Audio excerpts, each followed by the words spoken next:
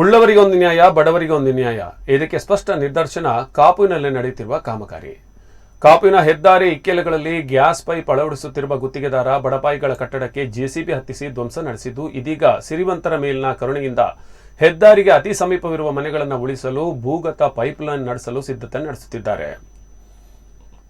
ಈ ಬಗ್ಗೆ ಮಾತನಾಡಿದ ಸ್ಥಳೀಯರು, ಈ ಕಾಮಗಾರಿಯಿಂದ ತೊಂದರೆ ಅನುಭವಿಸಿದ ಸಂತ್ರಸ್ತರು ಹೆದ್ದಾರಿಗೆ ಬಹಳ ದೂರವಿದ್ದರೂ ಬಡಪಾಯಿಗಳಾದ ನಮ್ಮ ಕಟ್ಟಡಗಳನ್ನು ಯಂತ್ರದ ಮೂಲಕ ಧ್ವಂಸಗೈದು ಕಾಮಗಾರಿ ನಡೆಸಿದ್ದಾರೆ.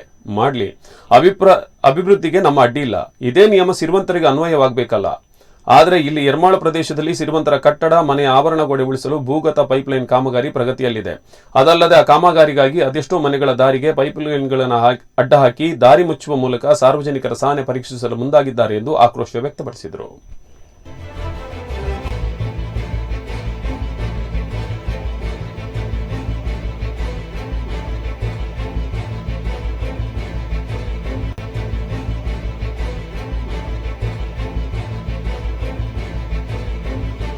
ಕೇಂದ್ರ ಸರ್ಕಾರದ ಯೋಜನೆಯಂತೆ ನಮ್ಮ ಮನೆ ಮನೆಗೆ ಗ್ಯಾಸ್ ತಲುಪಿಸಲು ಪೈಪ್ ಅಳವಡಿಸುವ ಕಾರ್ಯಕ್ರಮ ನಡೆಸುತ್ತಿದ್ದಾರೆ.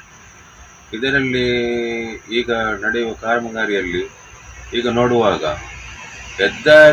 ರಾಷ್ಟ್ರೀಯ ಹೆದ್ದಾರಿಯ ಜಾಗವನ್ನು ಬಿಟ್ಟುಕೊಟ್ಟಿದ್ದರೂ ಕೂಡ ಕೆಲವು ಭಾಗದಲ್ಲಿ ಮನೆಗಳನ್ನು ಹಾಗೂ ಹಟ್ಟಿಗಳನ್ನು ಅಲ್ಲಿ ಉಳಿಸಿ ಹೆದ್ದಾರಿಯವರು